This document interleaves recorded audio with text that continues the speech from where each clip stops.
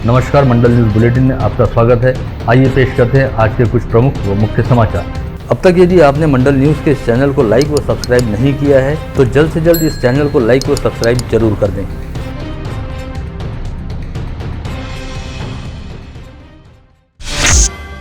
Covid virus के Omicron नामक नए वेरिएंट के खतरे को देखते हुए राज्य माध्यमिक व उच्च माध्यमिक शिक्षा मंडल द्वारा ली जाने वाली कक्षा 10वीं व 12वीं की परीक्षाओं को लेकर इस समय काफी संभ्रम चल रहा है। ऐसे में बोर्ड द्वारा स्पष्ट किया गया है कि सभी परीक्षाओं को पारंपरिक पद्धति से ही लिया जाएगा और इसे लेकर एक प्रस्ताव भी राज्य सरकार के पास भेजा जा चुका है। हालांकि यदि कोई भी आपातकालीन स्थिति अचानक पैदा होती है तो परीक्षाओं को लेकर राज्य सरकार के आदेशानुसार निर्णय लिया जाएगा। पिछले कई दिनों से परीक्षा पद्धति को बदले जाने के संदर्भ में सोशल मीडिया पर कई तरह की खबरें चल रही हैं, जिससे विद्यार्थियों सहित अभिभावकों में काफी संभ्रम व्याप्त है। ऐसे में राज्य शिक्षा मंडल द्वारा स्पष्ट किया गया है कि किसी भी तरह की अफवाहों पर ध्यान न दिया जाए और केवल राज्य शिक्षा बोर्ड की ओर से जारी की जाने वाली जानकारी को ही विश्वसनीय माना जाए।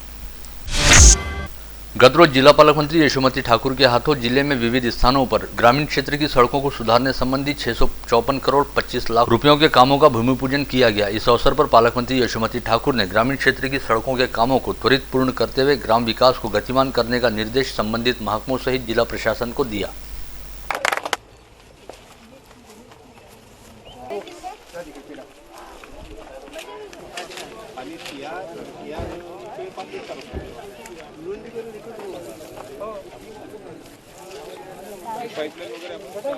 अब इकडे नाहीतर मागे वाइडनिंग केलं होतं ना आपण, मागे पण ब्रांचिंग करून घेऊ झाडाची, ब्रांचिंग करा पण झाडं अजिबात तोडता नाही नाही तोडत वेळ पडली तर आपण थोडी अलाइनमेंट झाडामुळे करू, पण आपण झाडं नाही।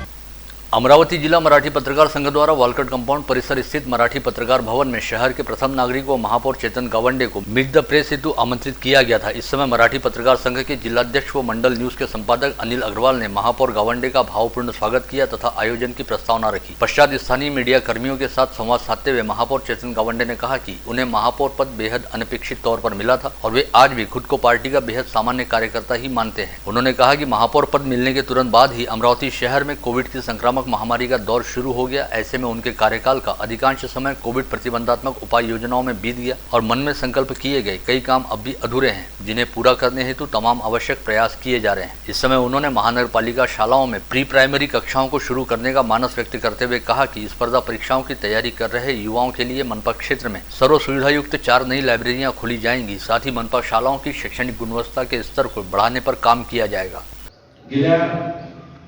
20-25 वर्षापासून सर्वात मोठा जो समस्या होती ती घनकचरा व्यवस्थापनाची होती आणि सुकळीमध्ये जे कचऱ्याचे ढीग लागले होते ते ढीग आम्ही बायोमायनिंग या प्रक्रियेच्या माध्यमातून आज 40% ते ढीग कमी करण्यामध्ये यशस्वी झालो आणि परवाला पुन्हा एक वेळा 18.54 कोटी रुपयाचं टेंडर उघडलेलं आहे बायोमायनिंगचं आणि येणाऱ्या 1 वर्षामध्ये सुकळी डेपोवर जे कचऱ्याचे अंबार लागलेले आहेत ते पूर्णतः नष्ट होईल। यासोबत घनकचरा व्यवस्थापनाचा प्रोजेक्ट 350 मेट्रिक टनचा, त्यापैकी 50 टन हा मुंडेश्वर, 100 टन हा अकोलीच्या रिंग रोडवर आणि 200 टन हा सुकळी डेपोवर तयार होत आहे। अकोलीचं काम पूर्ण झालेलं आहे, इथलं युनिट कार्यान्वित झालेलं आहे। सुकळीचं जे काम आहे ते युद्धस्तरावर सुरू आहे आणि 1 महिन्यामध्ये हे काम पूर्ण होईल। इथले रोजगार उपलब्ध व्हायला पाहिजे म्हणून आम्ही फिशरी हबची निर्मिती केली। 1.75 एकरमध्ये हे फिशरी हब तयार होत आहे। बिल्डिंगचं काम पूर्ण झालेलं आहे, इलेक्ट्रिकचं काम बाकी आहे, ते पण आम्ही येणाऱ्या काही काळामध्ये पूर्ण करू। महिला सक्षम झाल्या पाहिजे या अनुषंगाने महिला व बालकल्याण विभागातर्फे वेगवेगळे ट्रेनिंग कॅम्प आम्ही घेतो आणि या ट्रेनिंग कॅम्पच्या माध्यमातून महिला स्वतःच्या पायावर उभ्या राहायला पाहिजे या दृष्टिकोनातून त्यांना बँकेच्या माध्यमातून कशा प्रकारे आर्थिक सहकार्य मिळू शकते याचंही सहकार्य आम्ही त्यामध्ये करतो। सध्या स्पर्धेचं युग आहे। या स्पर्धेच्या युगामध्ये अमरावतीतला युवकाला स्पर्धा परीक्षेचं महत्त्व आणि त्या अनुषंगाने त्याला जी पूर्वतयारी करण्याच्या दृष्टीने एक अभ्यासिका पाहिजे. हा अमरावती महानगरपालिकेचा एक नाविन्यपूर्ण उपक्रम आहे आणि त्या उपक्रमाच्या माध्यमातून आम्ही अभ्यासिका सुरुवात केलेली आहे. साथ ही उन्होंने शहर के अकोली व कोंडेश्वर परिसर में जल्द ही घन कचरा प्रकल्प के साकार होने की जानकारी देते हुए बताया कि आगामी 1 वर्ष में सुखली कंपोस्ट डिपो से कचरे को हटाने का काम शुरू कर दिया जाएगा ताकि उस परिसर के वातावरण का प्रदूषण कम होने में सहायता मिले. स्थानीय मराठी पत्रकार भवन में बुलाई गई पत्रवार्ता में स्वराज्य युवा प्रतिष्ठान के अध्यक्ष शिवा काले व सचिव प्रतीक पात्रे द्वारा जानकारी दी गई कि अमरावती जिले सहित समूचे महाराष्ट्र राज्य की ऐतिहासिक विरासत रहने वाले चिखलदरा स्थित गाविलगढ़ किले के वीर योद्धाओं के शौर्य को याद करने तथा वीर योद्धा बेनी सिंह के प्रति कृतज्ञता व्यक्त करने हेतु स्वराज्य युवा प्रतिष्ठान द्वारा विगत 5 वर्षों से प्रतिवर्ष गाविलगढ़ शौर्य दिवस का आयोजन किया जाता है. इस वर्ष यह आयोजन आगामी मंगलवार 14 दिसंबर की सुबह 8 बजे से गाविलगढ़ किले के नीचे बागलिंगा गाँव स्थित सुरक्षा चौकी से शुरू होगा और इस आयोजन का समापन 15 दिसंबर को चिखलदरा स्थित पुलिस कवायद मैदान पर किया जाएगा. इस दौरान युवाओं के लिए विभिन्न साहसी उपक्रम आयोजित किए जाएंगे. विदर्भ बलिराजा प्रकल्पग्रस्त संघर्ष समिति द्वारा आज अपनी मांगों को लेकर बडनेरा निर्वाचन क्षेत्र के विधायक रवि राणा को एक निवेदन सौंपा गया, जिसमें कहा गया कि विधानमंडल के आगामी शीत सत्र में प्रकल्पग्रस्तों की समस्याएं उठाने के साथ ही उन्हें न्याय दिलाया जाए. राहटगांव प्रभाग अंतर्गत मिलिंद नगर परिसर वासियों ने आरोप लगाया कि विगत 15-20 वर्षों से पार्षदों सहित जनप्रतिनिधियों द्वारा क्षेत्र के विकास की ओर कोई ध्यान नहीं दिया गया. ऐसे में यदि आगामी 1 माह के भीतर मिलिंद नगर परिसर की समस्याओं को नहीं सुलझाया जाता तो परिसरवासी मनपा के आगामी चुनाव का बहिष्कार करने के साथ ही जनप्रतिनिधियों के खिलाफ आंदोलन करेंगे.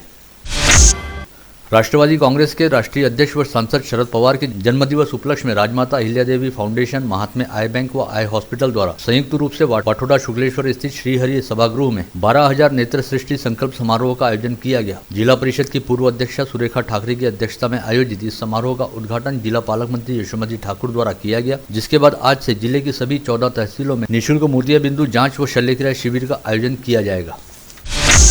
इसके साथ ही राकापा सुप्रीमो शरद पवार के जन्मदिवस उपलक्ष्य में राज्य स्तर पर शरद क्रीड़ा महोत्सव मनाया जा रहा है. ऐसे में राष्ट्रवादी युवक कांग्रेस के भातकुली तहसील अध्यक्ष अमोल पाटिल भारसाखले ने 2 दिवसीय लेजर बॉल क्रिकेट का आयोजन गन्नौरी के मोहम्मद खान महाराज मैदान पर किया था. इस समय अमरावती की श्री क्रिकेट अकादमी व गन्नौरी के आदर्श क्रिकेट अकादमी के बीच हुए मुकाबले में गन्नौरी की टीम विजयी हुई. विजेता व उपविजेता टीम सहित उत्कृष्ट प्रदर्शन करने वाले खिलाड़ियों को गणमान्यों के हाथों पुरस्कृत किया गया.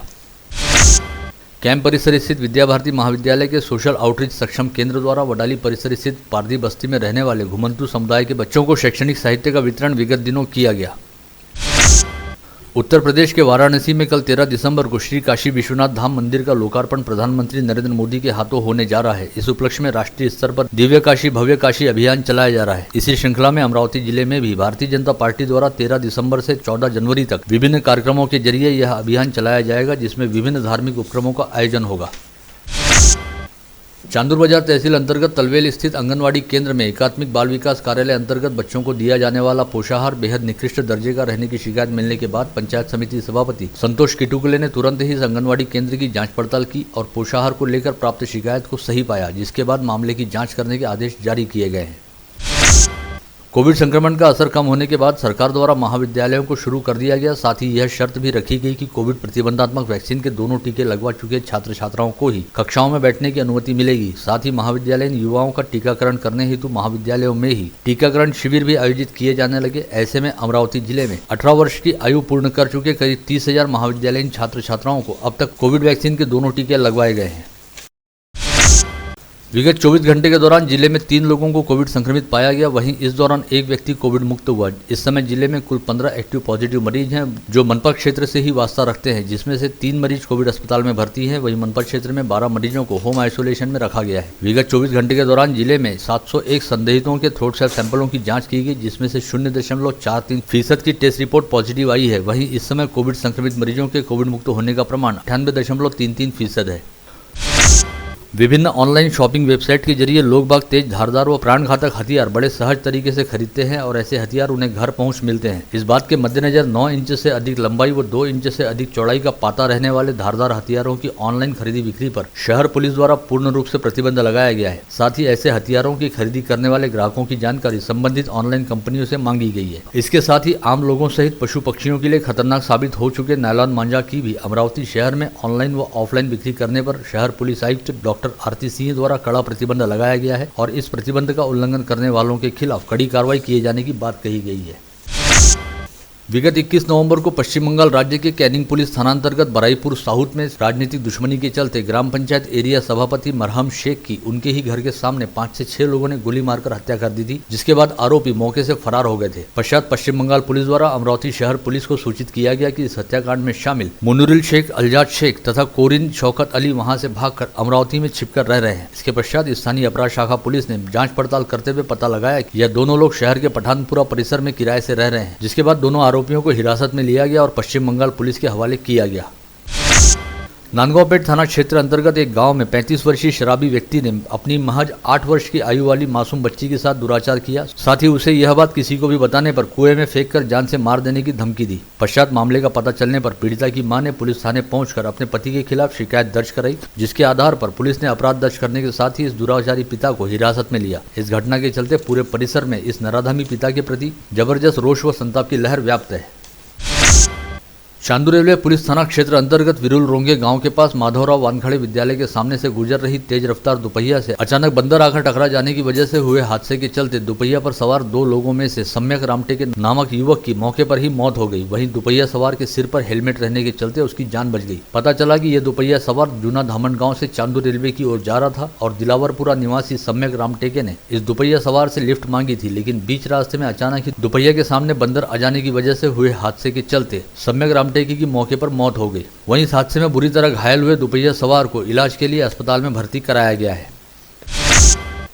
परतवाड़ा के कांडली स्थित गजानन नगर परिसर निवासी श्याम पदक अदक को कोलकाता से मंगाई गई दवाई के बाद भेजे गए स्क्रैच कार्ड पर वाहन जीतने का प्रलोभन दिखाकर 76,800 रुपए से ठगे जाने का मामला सामने आया है। इस मामले में परतवाड़ा पुलिस ने पश्चिम बंगाल की आयुर्वेदिक दवा कंपनी के खिलाफ ऑनलाइन जालसाजी का अपराध दर्ज किया है।